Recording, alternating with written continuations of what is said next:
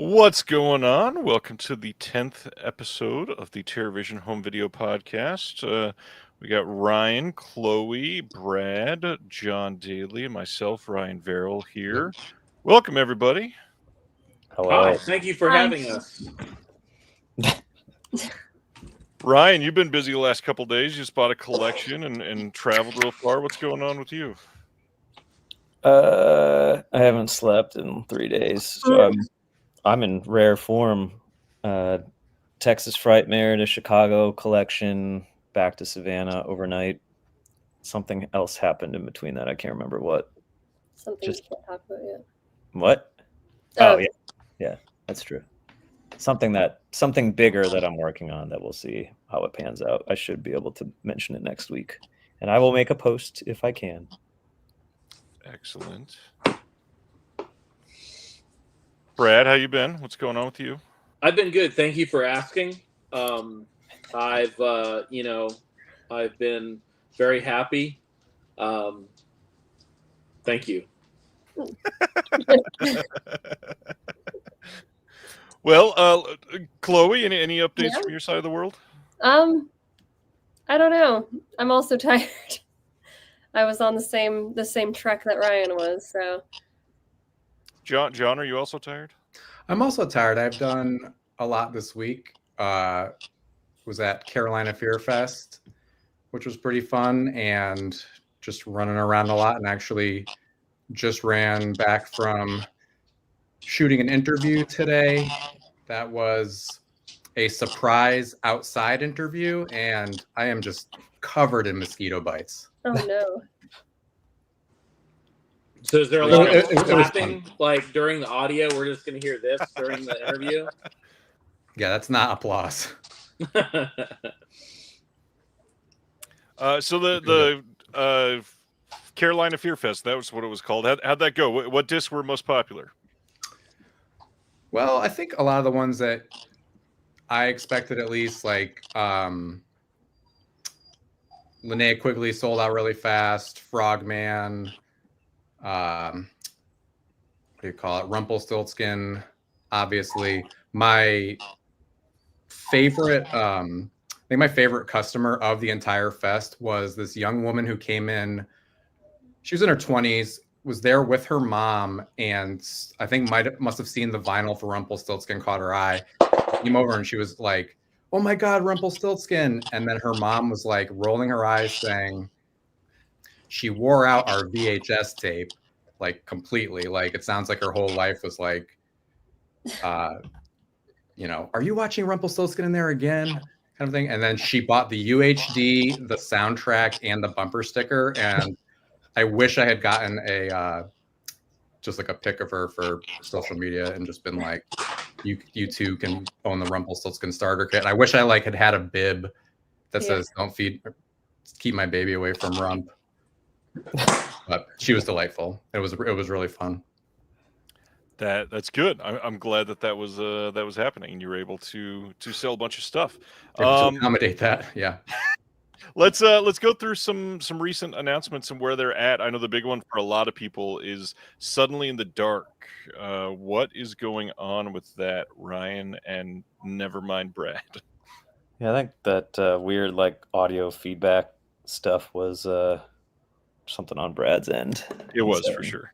It's having some connection issues. We'll talk about Suddenly in the Dark in a second, but I can say that on a shipping side of things, that Elena and Brandon are wrapped on pretty much everything early in the year announcements except for Suddenly in the Dark. And the only thing we're waiting on from that era is Shoestring Slashers and the Rock-afire compact disc. The Rock-afire cassette has already shipped. Shoestring Slashers is on a truck as of yesterday, I think, was when it went out. So that should hit us coming from California, probably Tuesday, maybe Wednesday, probably Tuesday. So everyone will get tracking on that by the end of next week. So that's good. I know that as of this morning, our duplication guy has, what all does he have? I can let you know about it. But basically everything else is moving except for Suddenly in the Dark, because it has constant, it's that release. It's a cursed, haunted piece of shit. Not the movie. The movie's fucking amazing. This process has been very, very bad. I wish I could remember what Brad communicated with me earlier today, but there was a lot going on today, so I don't remember to fill in. Oh, there he is. Oh, Let's try him in this one. Brad, can you hear me? All right, Brad, can you share with us, because I know that a lot of people have had this question, the QC process. How do we go about it? What does TV do for QC, and how did that affect Suddenly in the Dark? Well, is my audio fine? Am I giving everybody still a feedback or something? You sound You're good. great now. Thank you, God. Thank you so much. You're welcome. Yeah. What was the question? The QC process at TerraVision. What? Because I know a lot of people have had questions about other companies not doing as much QC. What does TerraVision do for quality control, and how did that affect Suddenly in the Dark? Yeah. So the quality control is pretty. It's a very, very long process, just because we have multiple, we check on multiple players. We obviously it goes through like 3 rounds of different QC with different people. I get it. Obviously we have our QC team. And yeah, I mean, it's a very, like, no stone is left unturned in that. We don't, a lot of companies I know check to like spot check and, check functionality and everything. But I mean, it's to beginning to end. And yeah, I mean, it's everything that could be within a frame. We try to fix, we try not to let anything slip by, and that's the whole thing. And with Suddenly in the Dark, it's just been one issue after the other. When we exported the files for the UHD, it became to the point where it just corrupted different frames, and it was like throughout. It just wasn't like one little space, or it was very consistent, but they were small. And then we went back and we redid it, exported it again. It cleared up the issues that were there, but then new issues arose with more corruption in the QC. Yeah, and it's just then we had an issue with the Dolby Vision where it turned the picture green when we re-exported again. And then now we just got to report back everything. Picture's fine, everything's good, but now the audio's out of sync. So we have that now that we have to read it. But that's easier. That's a little bit easier, but it's a whole different step because, as much as you think you just put it on your computer and like resync it, it's not that easy when it comes to UHD and Dolby Vision. There's a lot of data that is in code, and you can't just slide it to the left or slide it to the right. You have to actually re-export the whole thing, which is another lengthy process because these files are, well, I guess this one we'll have to do picture. We'll just do audio. I think that's how it works. But still, you have to just export the whole file and almost start from scratch. Even the QC process, we start over again. We don't just check the spots that had issues. We just start from the beginning and like it's a brand new disc that we just got. So yeah, it sucks because the whole time you're doing it, you're nervous that you're going to fuck up. And yeah, I mean, we've caught things like right before they went out, and it's been nice. We almost had a big flub with Dance or Die because our team that did the QC approved it, and on their eyes it looked good, but when they exported it and gave me a test disc, I noticed a problem with the pixels, and it was an interlacing issue. And they were like, oh shit, yeah, we have to redo this. And that almost went to, if I didn't take the time or I just passed it off or I was busy, the disc would have went out like that. And then we definitely would have had to recall it. Which it should be noted, we are way too small of a company to do like the replacement disc programs or whatever I see all these companies constantly doing seemingly. So the goal is to spend way too much time on QC because I literally just can't afford to, press up a bunch of extra UHDs times 1,000 or 2,000. So in a weird way, that's kind of nice for us because it just makes sure that the final product's going to be great. So Yeah, and it's also more pressure on me, so that's cool too. So you like that, so. But you told me that today. You said, Ryan, I really like all this pressure you keep putting on me. I was trying to think if it was a sexual thing or like what it was. If it was sexual, you're not wrong, but the other stuff, not so much. I'm also not supposed to say the F word tonight, so let me know. Ring a bell when it happens. I wish I had a soundboard queued up. So yeah, a lot of people don't understand QC happens with multiple people, happens at multiple stages before it goes to authoring. With the checklist, the authoring company does QC usually. It's on so many different stages, and stuff can get caught in a different way at each of those stages. So just sort of wanted to spread the word. QC happens a lot. Yeah. We kind of overdo it, but again, why would I want to have a replacement program and look like we're not fully doing our job? And things can happen, man. I mean, things just happen. Accidents happen. So I don't really blame other companies for having issues. I mean, it's just, again, I think Ryan's right, is that maybe they can afford it, but we can't. So we're just more careful. All right. Some of the other recent stuff that's happened since the last time we all hung out and chatted. Arbor Day got announced. This is up for pre-order in the quote standard edition, even though it'll have a slipcover. It won't have that full limited package that was in that first one. That's shipping, I believe, starting like end of June-ish, right? Possibly. Yeah. Any thoughts on Arbor Day to get people to check it out if they didn't get the deluxe package? Yeah, I mean, we're dealing, like, the whole idea with TerraVision, like, we have said in the beginning, is trying to bring films that don't get enough attention. And here's a lost film that, the filmmakers never released. They did a self-release, like they put it on Tubi and stuff a couple years ago after we acquired it. But we did a new, restoration on it, because what they turned in, I think I got 30 seconds into it and I said, we can't do this. So we actually went back, and they had already had their version and they spent money on it. So I understand why they wanted to release it. It just didn't pass our standards, not even close. So we redid everything they did, yeah, I mean, maybe a smart person would accept the transfer and slap it on a Blu-ray and call it a day. But we decided to spend, an extra like $20,000, doing the work over again.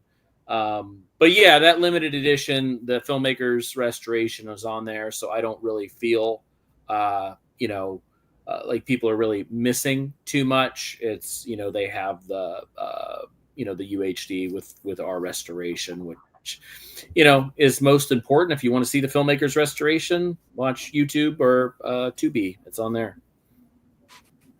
I think people are going to be so happy with Arbor Day. I think so too. Yeah. It's very fun. It's funny. It's really from 1990, a lost slasher film that just never made it out. Not even on VHS. It was, it was slightly bootlegged underground, and that's how I first heard about it. But it took me years to actually see it because it was so elusive. And there's movies like this all the time that just exist but don't exist. And yeah, I mean, that was a huge step, because we went from no release to UHD, which is, I don't know, that might be the first time that's happened. I don't really know. Like not even having a release at all. That's pretty ballsy. Yeah, I mean, I know things have went from lost to Blu-ray, but I don't know about UHD. I guess New York Ninja, my own movie I produced. That was the only Blu-ray, wasn't UHD. you know what? I just stand corrected. I have no idea what I did. It was scanned in 4K. But yeah, I mean, there Give you it go. 5 years. We have a a no release to UHD, which is pretty remarkable. I think. I hope people enjoy the movie, and that's the other thing. It's actually fun and funny and good. It's not a total piece of shit. It's no Shrek, but I do love Shrek. But yeah. All right. Another one that got announced fairly recently that I'm very excited for. Let's talk about Sledgehammer. Ryan, I know you love this one. Why is TerraVision putting so much behind Sledgehammer? Sorry. It's like the phrasing of that is great. When you laugh, your camera jiggles and it's cute. Well, if I could only show you what's happening down here, you would understand why. That was not meant to be sexual. Well, I It was. mean, what's not to love with Sledgehammer, man? It's probably my second favorite SOV behind Video Violence, which we obviously released in the first. I don't know what number that was, but early on in the TerraVision home video catalog. I don't know.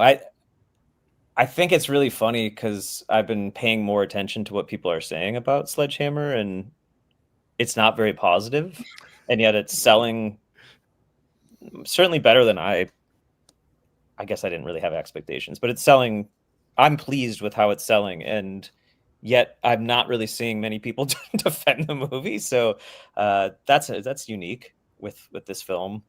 It seems like a lot of complaints about the slow motion, a lot of slow-mo complaints, but it's fucking great, and the soundtrack fucking rules. And Brad, amongst wearing 5,000 other hats, is actually the man responsible for the soundtrack on that, which I think is your first foray in that realm for us, right?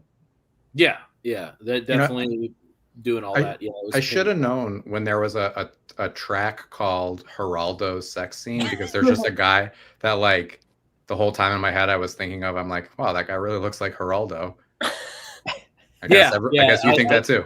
Yeah, I titled all those tracks because they never had names. So I always thought that Tim Aguilar's character, he looks like Geraldo. So that shit was fucking funny.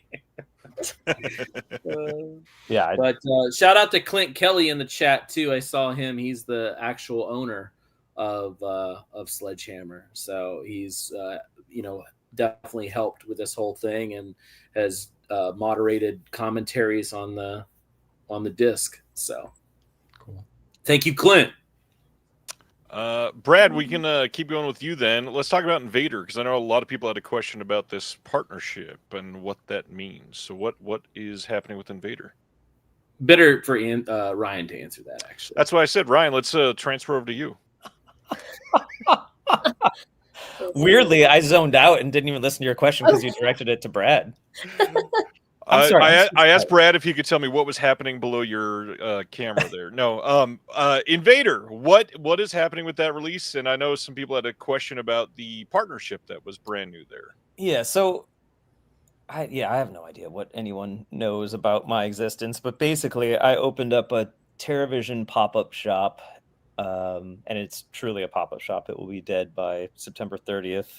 It's next door to the Music Box Theater in Chicago, Illinois, on Southport, which is an incredible theater. Most people know about it that don't even live in Chicago, but we're literally neighbors, right? So I got to know the, I guess, like the main dude in charge of all things Music Box, and him and I have hit it off over the past couple years. And in addition to that, I'm friends with Joe Swanberg. So it was just this kind of perfect. They had this space available for a short period of time. I talked to Swanberg. He wanted to put he used to have a video rental store called Analog. All these things are happening concurrently, basically. And I got a screener of Invader and loved it. And so I pitched Doppelganger, which is Music Box Films. It's just their sort of like edgier brand. And they were super down to have us do our sort of hard box, rigid presentation on it. So I would love to do more stuff with them and or Music Box in the future, because their offices are our neighbors. So it's Music Box Theater, us, and then Music Box Films all in a row on Southport. So it's very, very logical to work with them on a bunch of stuff. So we'll see what comes from that. But it's been a fucking joy to work with Swanberg, beyond just the video store. And yeah, that's the long and short of it. Other things people have been getting in stock recently, we got Gushing Prayer getting out to people, Dance or Die getting out to people. One thing I've seen a lot of comments on, I'll let Chloe talk a minute on this one. The Gushing Prayer art has been getting a lot of compliments, it seems. You want to talk about doing the art for that at all? Yeah. Well, I watched the movie. It's incredible. And I think, I don't know, it started out, I wanted to illustrate because that's like my main thing. So I started actually kind of taking stills from the movie and kind of placing them on the layout that ended up being what the final result was. The intention was to draw them, but I was like, this will look so much better as like a kind of grainy bitmapped like piece of art, and it just made a lot more sense than illustration. And then while I was actually watching the film, toward the end I started doodling the line, if you want to kill yourself, do it in a more girlish and beautiful way, or I can't remember the exact quote, but yeah, I don't know, and that just made sense as a back cover. And I don't know, it's just different because I usually don't do computer forward artwork, so it was just different for sure. Yeah, really nice foil stamping too.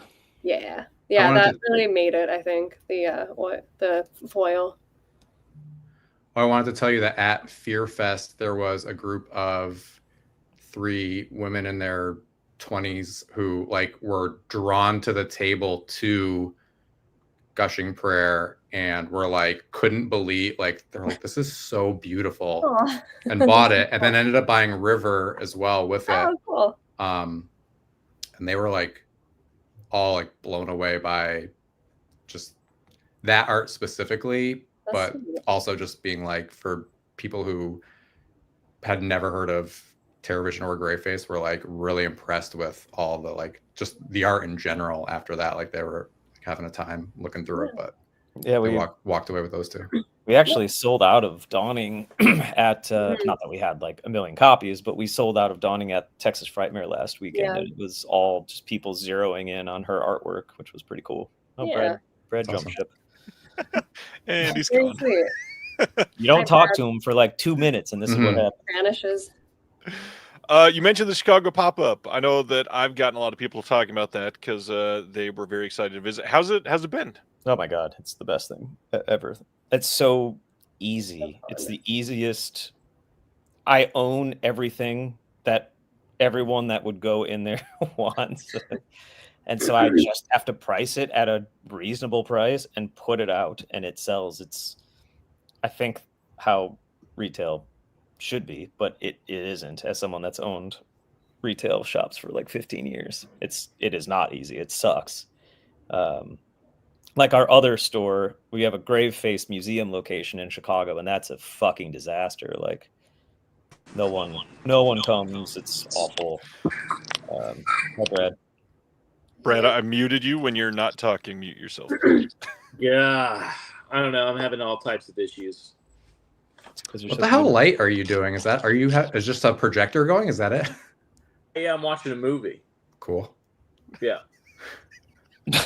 Well, I saw it on your shirt. Back to it soon, I promise. Yeah, that's why I keep watching in front of me. All right. I'll mute you again until you're talking there, Brad. Ryan, anything else you want to share before we get into what we're here for tonight? Hi. All right. Brad, anything else you want to bring up before we get into this? I'm still doing the echo bullshit? You are, yes. I don't understand. I apologize. No, we're good. Mute me. All right, you're muted. Ryan, I'll let you introduce this because I know this has been a long time in the making. I don't know how to introduce something. How do I introduce Uh, something? Well, I'll display. Just you want to talk about it first? Chloe, talk about it. I need to update the website. What? Oh, Hey, God. tonight we're posting an announcement. Brad, do you want to talk about it since Ryan doesn't want to? This is not my bag. Sure. One, this has already been announced, but we're finally unveiling and up for pre-order our double feature of Gator Bait and Gator Bait 2 Cajun Justice. And, this was a very long process because when we acquired the film, there wasn't any note of elements that were around. They lost track of them. The Sebastians pretty much owned everything that they ever done. They were the distributors of their own films. They would do a thing called four-walling when they were, making these films like The Hitchhiker. Sorry, my dogs are whining too. It's a total farm here with 7 animals right now. So we have them distributing their own films. The Hitchhikers, The Single Girls, Captain Midnight, Gator Bait. They would take these films, and it was, like I said, a thing called four-walling, where they would go through and rent out theaters and drive-ins, and they would do deals directly with them. So they would see more profit rather than using a distributor. They were their own distributor, essentially. And they made a lot of money doing this, a lot of money, a very, very big amount of money. And they did this for years. And, they had VHS releases because they obviously let someone handle distribution, but they essentially retained all the rights to all their films aside from Rocktober Blood. That they actually had a distributor come in, and that's the big one that fucked up. And, there you go. That's why you should do it yourself. So upon talking with them and we helped them find the material, which we were able to locate partial negatives and prints of Gator Bait, which actually turned out beautifully. So it's kind of like a Frankenstein work together as far as having, I think we had the IP and the inner negative on these. And I think they used certain footage from a print because there was heavy damage. And then the print looked a little bit better. So it's kind of like a collective thing, still 4K UHD with the color grade. And then we were able to get the OCN for Gator Bait 2, which was great, which is the 16 millimeter. And then we actually located the OCN and the interpositive for Gator Bait 2. And just since we're on the subject, to note on this release, for some god-awful reason, the final reel for Gator Bait 2 on the OCN and the interpositive were both missing. And we just couldn't find it. They didn't have a print. We couldn't find the inner negative. We spent years going back and forth, working with different, collectors and different labs and just different sources and overseas everything, looking for a print for Gator Bait 2, and it's just nothing ever turned up. I made a post about it about a month or so ago to see like if it would spark anybody, So if you know anybody that has a Gator Bait 2 print, let us know. I doubt it, but hey, anything could happen.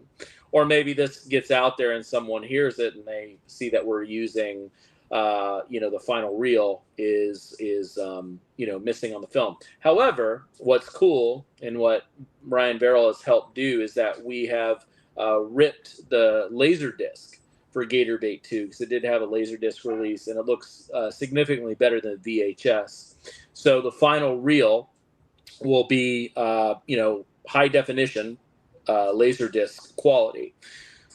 That's just the nature of it. Still 4K UHD. We'll actually probably do like a color grade on the Laserdisc and export it to 4K. I will, obviously drop big time in quality, but we're still able to do that.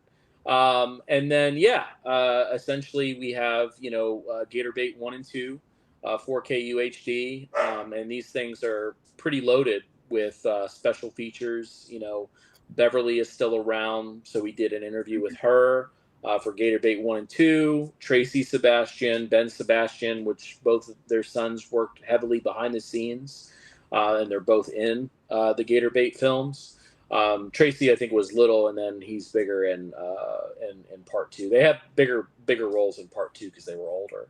And then we've done another interview with Brad Kopenik, I believe is how you pronounce it. He's in Gator Bait 2. And then we did an interview, which was probably my favorite interview of the bunch, is an interview with Keith Jennings, who is the brother of Claudia Jennings. He's a younger brother. So he grew up with Claudia, and he was, obviously very close to his sister. So he's actually to give us more insight on who she was, because she died at such a young age. I think she died like at 27 or something like that. It's those are the interviews. Obviously Joe Bob Briggs is on there, which I think Ryan announced that he was doing after we announced Gator Bait 1 and 2. So we have interviews with them. And then there's some archival stuff. The Sebastians for their DVD.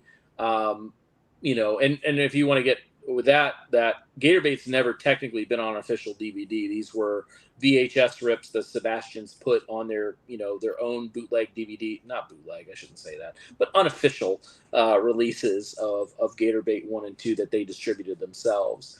And there's 2 archival making ofs just with Ferd and Beverly, just talking about the process and movies. So and then we have commentaries by Bev on both films, moderated by Clint Kelly, who's in the chat. And then Ryan, you can talk about your commentaries and stuff. Well, actually, I'm going to bring on the individual that helped get the Joe Bob interviews done properly, as well as John helping. But my collaborative partner, Mr. Will Dodson, is here to talk about the commentaries and the Joe Bob stuff. So, Will, tell us about all the stuff you've done with Joe Bob. Well, hey, Ryan. Hey, Chloe. Hey, Hi. Brad. Good to Hello. see you guys. Nice to see Hey, you. Will. Hey, John. Been Long a time while. no see. Oh, yeah. Will's also covered in Bug Bites because Similar. he came with me too. I feel like we went on location to Gator Bait to shoot that interview. It actually did feel a little bit like that. It made me think, are the Gator Bait interviews going to be outdoors? Yeah. Never do that again. But it was still great. What's the You question? learn something every Where am time. What am I doing? Tell us about the Joe Bob stuff and how that happened, and I will share man. this picture from inside your home. Oh, way to spoil it. That's the climax, Ryan. That's the climax? Well, there's another one after that. There's 3. Yeah, that's what I hear. Go ahead. Okay. Sorry, everybody just stood up and cheered. So I don't know. Yeah. Okay. So real quick, I'll tell the story. Can you take the picture down? Yes, sir. I'd rather see everybody's face.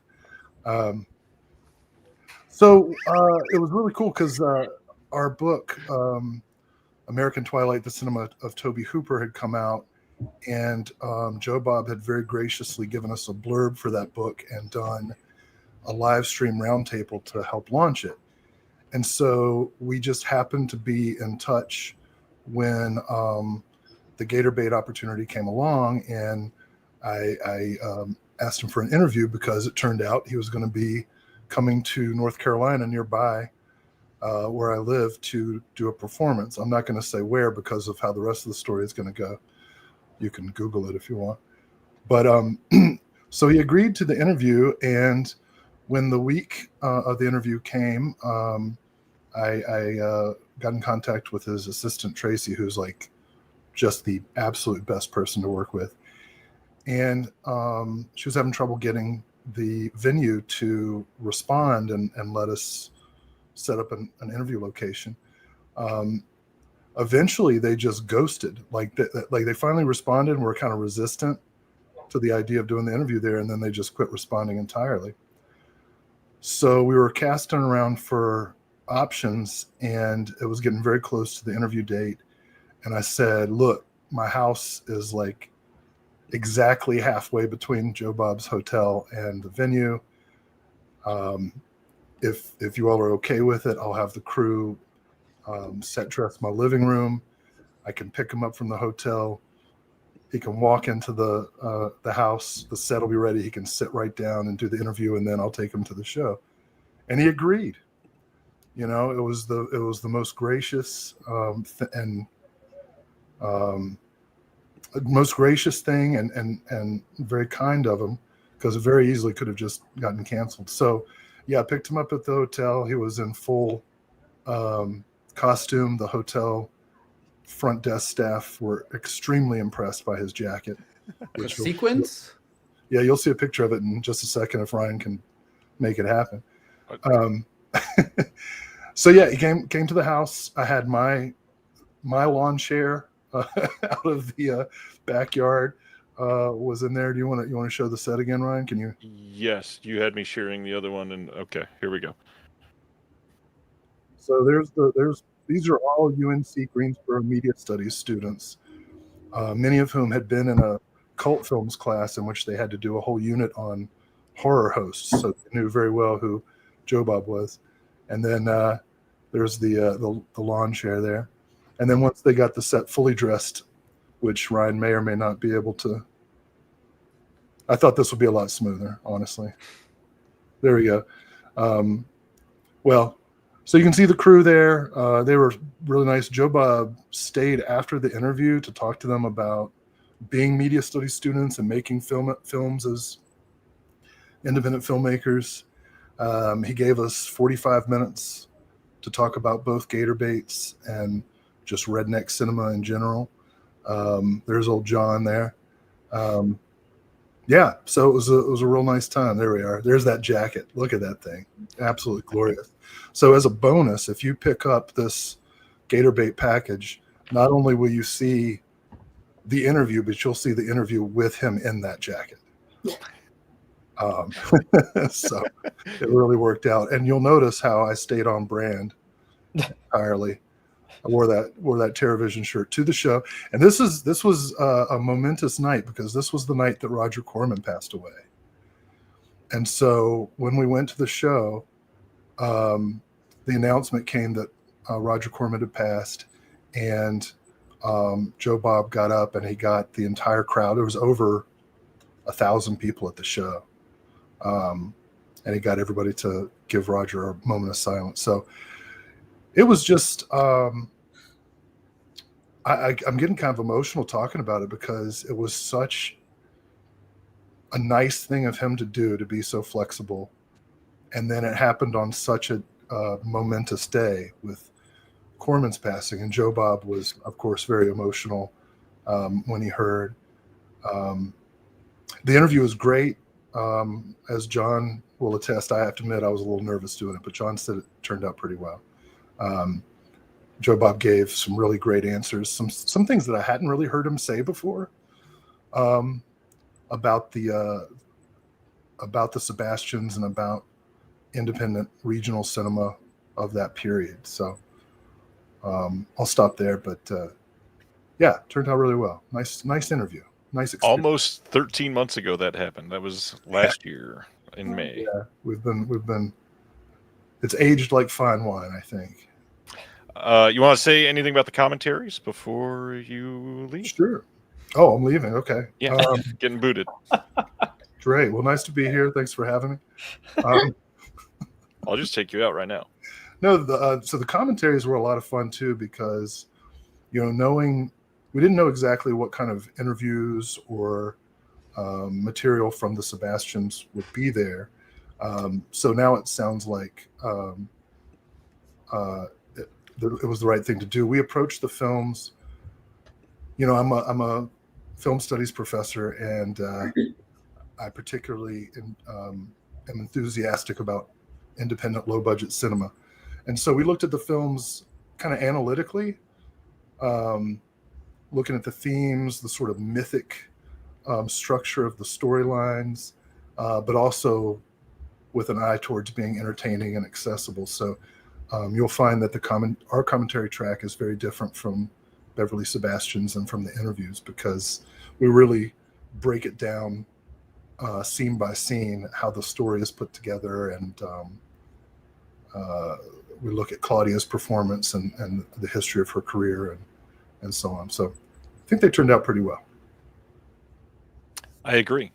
For anybody that's looking at the website, you might see that there is also this glorious bundle available as well. This is going to include a bunch of extra stuff that's not in with the deluxe edition. You've got posters in this one. You've got, and it's a 18 by 24 screen printed poster. You've got a koozie, a hat, bumper sticker, t-shirt, lobby cards, all kinds of stuff. This one limited to only 300 copies. This is an incredible set for these films.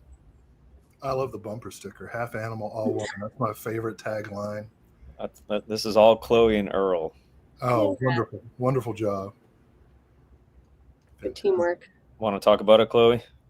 Well, I did the all of the screen printed poster art, and the other stuff was a lot of just like collaborating ideas. But screen printed art is cool. I have it, some of it. I don't have, obviously, whenever I make like poster art, I just kind of draw in chunks. So I had to draw like the Claudia chunk solo. And then the background is like its own thing. But yeah, it's all fun dot work, which is like one of my favorites. I'm a sucker for little dots. There she is. Doo-doo-doo. Yeah. Nice. Yeah. Do you still want to do anything with that, Ryan? Do you still want to do something with that, honey? Sure. I don't know What do you want to do with that? Well, we talked about doing some sort of giveaway with this. Just for, I don't know. I don't remember what we landed on. We had like a 17-hour car ride. I don't know why we didn't figure it out. I don't know, because Farrell's the decider of everything. I am. I don't know. I mean, I'll take it on. Okay. Yeah. I don't know. We talked about names in a hat situation with people who grab the bundle. I don't know. How do you give something away, Ryan? I would just say you randomly give it with somebody that pre-orders the bundle Cool. for it's limited 300. You just pick a random order and throw it in pick there. a random one. All right. Well, that's Done. gonna happen. Sold. Done. That'll get everybody to buy the big bundle and enjoy the films. I mean, this is one of those things too. For those of you that have never seen either of the Gator Bait movies, these are both two very interesting, very different, but both very fun movies. Brad, you wanna say anything about these since you've been quiet since I muted you? Yeah, I was, they are different because it's like 15 years behind, between them, and I know that they didn't necessarily want to make Gator Bait 2. Just kind of like fell into place. I know when Beverly did the commentary, Clint told me that she didn't remember anything about the movie and criticized about the making of it, questioning who made this movie, who edited this movie, and it was them.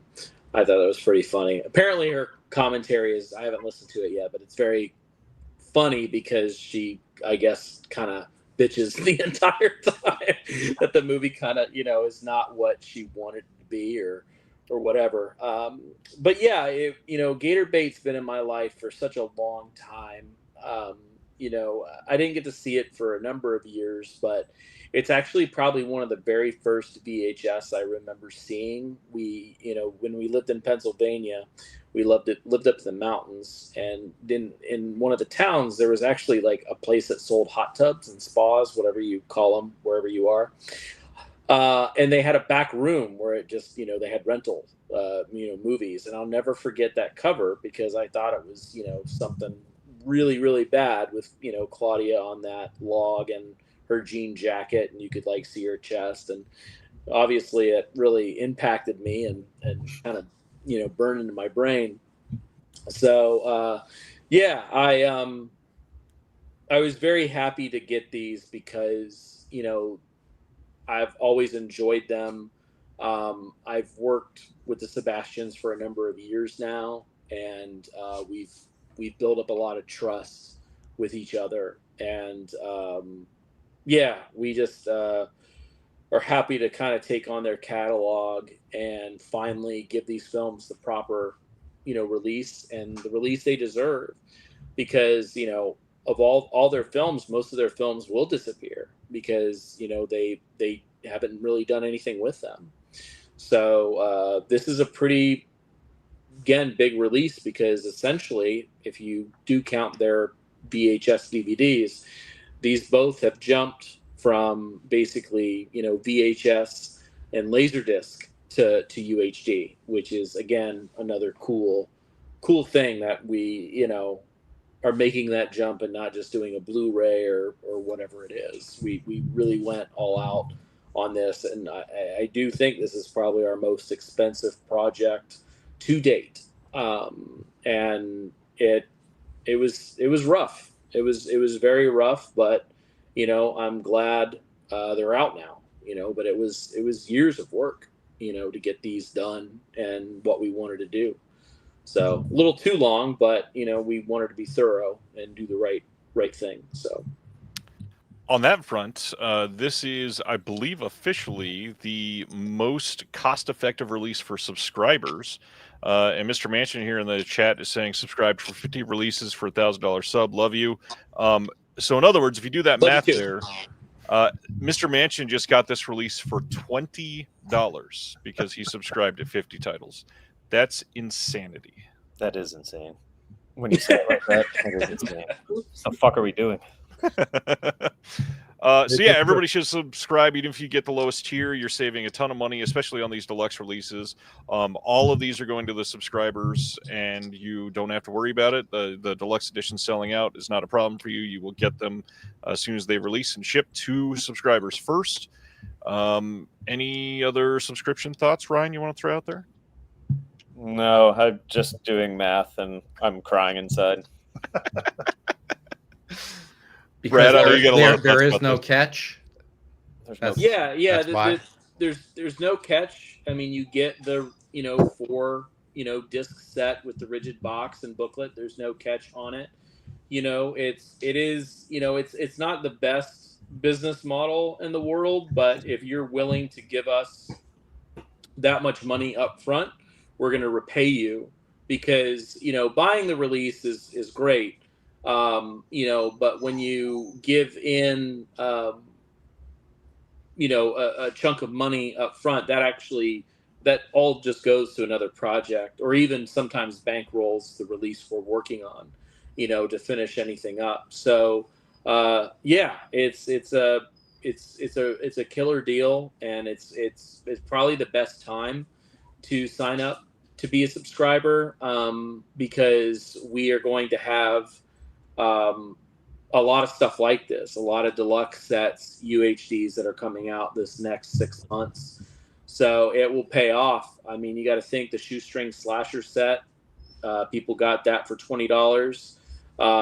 And then, you also have, even $22.50. If you do the lowest tier, it's still $22.50. And yeah, it's a killer deal, because Shoestring Slasher is was like $55, $45, something like that.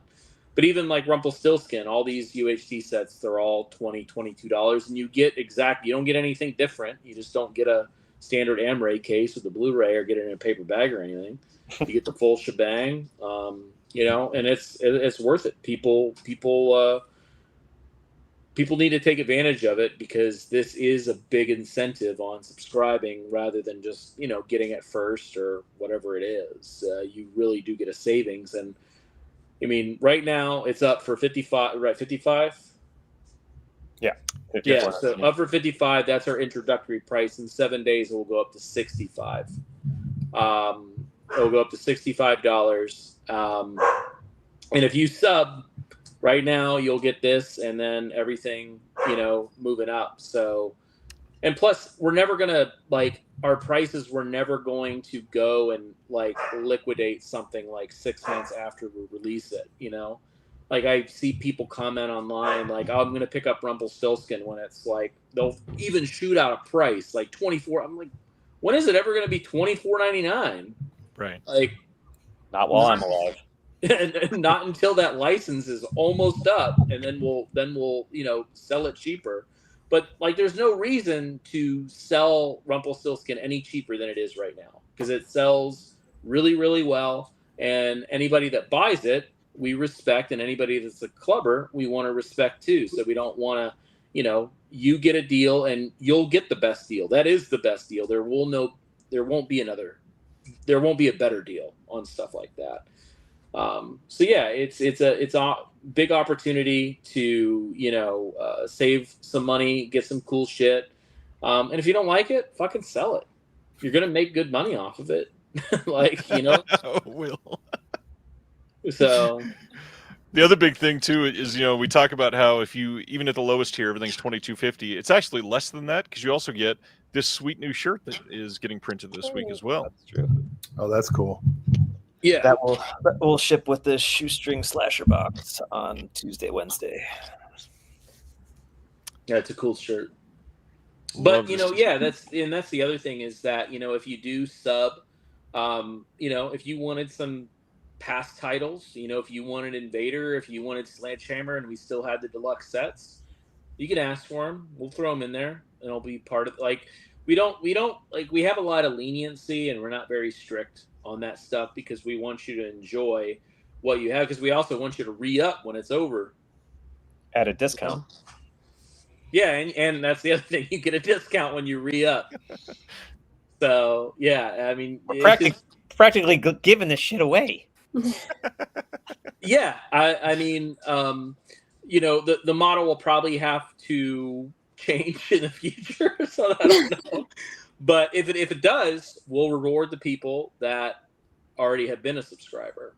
We've kind of talked about that behind the scenes. But anyways, that will eventually come up at some point, but not right now.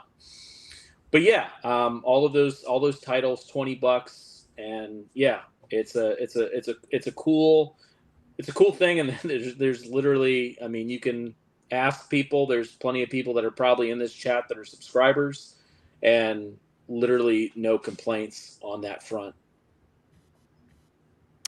On that note of asking things, why don't we end with some questions from everybody for the Mayor of Savannah and Brad and Chloe? I know that we've already got asked about 7 times about Rocktober Blood. The answer is it's still being worked on. When it's ready, it will be announced. We promise.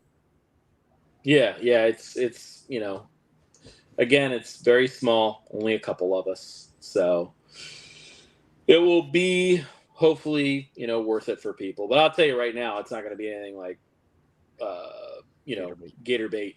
It will definitely be standard definition.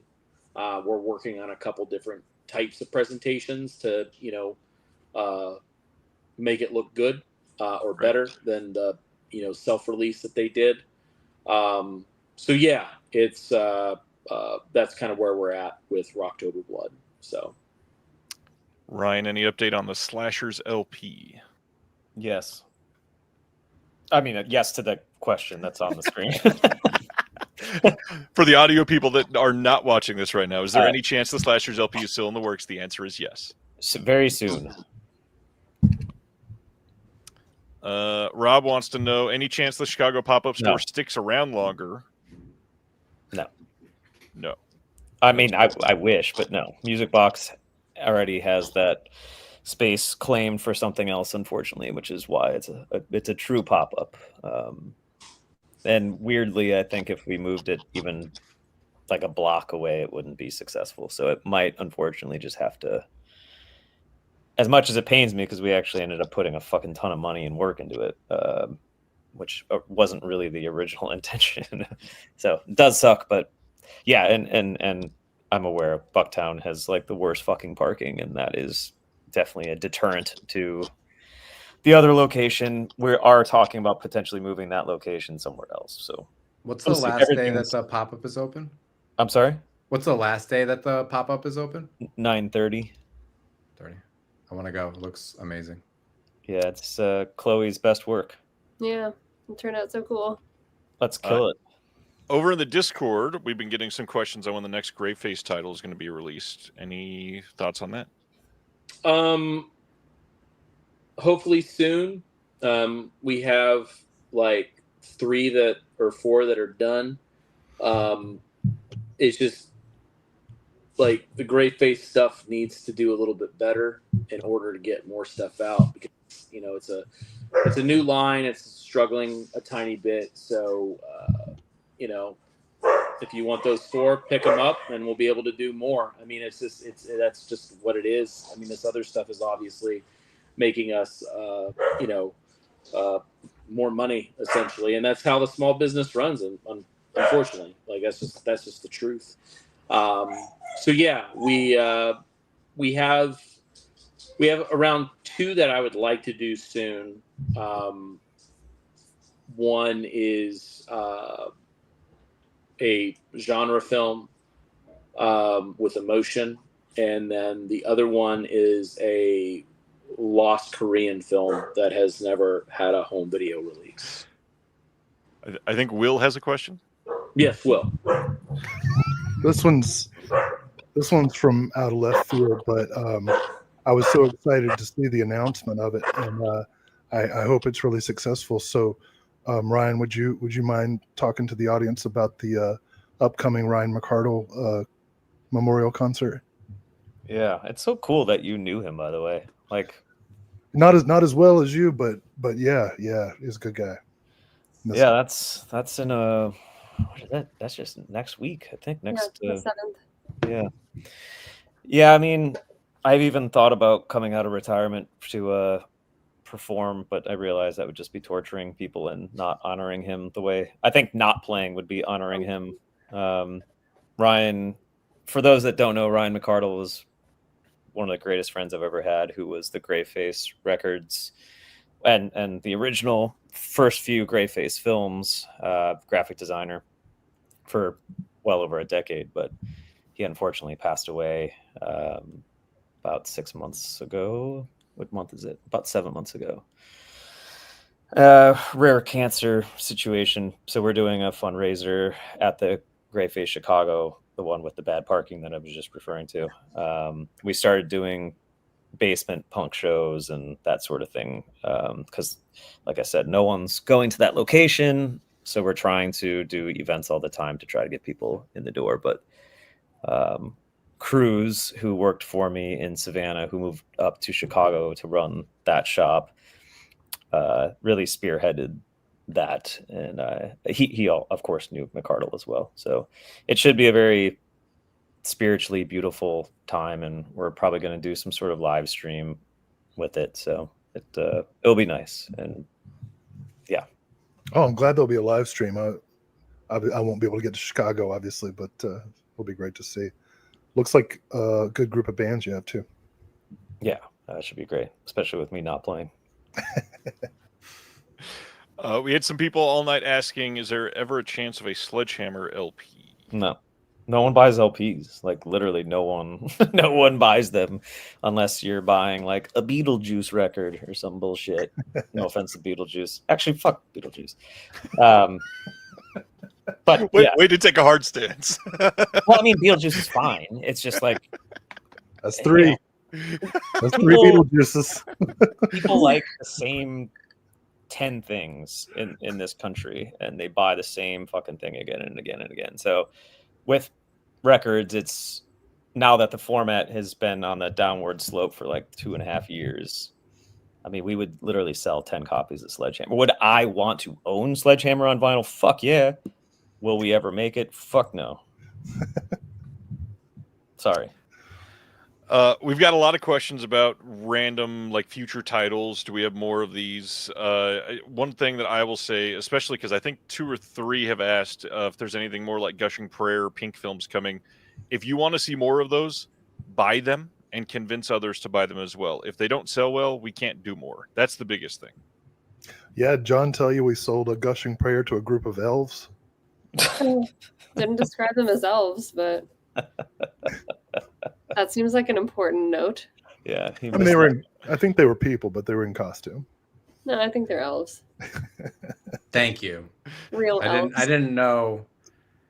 Yeah, I didn't know. Or sprites or pixies. I don't know what the fuck. That's a much better description. Thank you. Brad, Ryan, anything else you want to mention, tease, mention the next date that we might do this again, or something might be up on the site soon, or anything like that? No. Ryan is tired. Brad, anything from you? You are still muted, sir. Wait, I thought you were muting me. I did, and then you muted yourself on the last one, so I couldn't unmute you. Oh, wow. Thanks. No.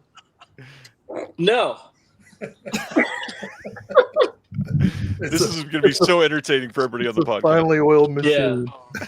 I'll just say, you know, it's a very I love the work that everybody did on this, and thank you for everybody's patience, because it was every time we would even breathe online, we would get questions about you know, gator bait, also Rocktober blood. So we have that to look forward to now. But yeah, we got a lot of questions about, you know, where's gator bait, and yeah, it's just really nice to get it out there and have people see it in, you know, HD the first time. And yeah, it's got some really beautiful angelic art. I'm just gonna stare at it when it's on the shelf. Last thing, Devil's Sword. We forgot to update on that one. Is that one shipping soon as well? 2-3 weeks, somewhere in there. Nice. Yeah, something like that. All right. I think that's Any all we City got. Lights? Yeah, we got I think 1 or 2 City Lights titles up our sleeves for the rest of the year. Maybe 3, 2 for sure. I want to say something real quick. Just Ryan, Brad, Chloe, thanks so much for having us on the project. To work on Gator Bait is such a huge honor, and you know, just getting to be a part of the conversation about these films and why they're so important and special means a lot. So thanks for having us. On You're that welcome. note, thank you all. Go check out the details on the website, and we'll see you all next time. Thank Bye. you. Thank you.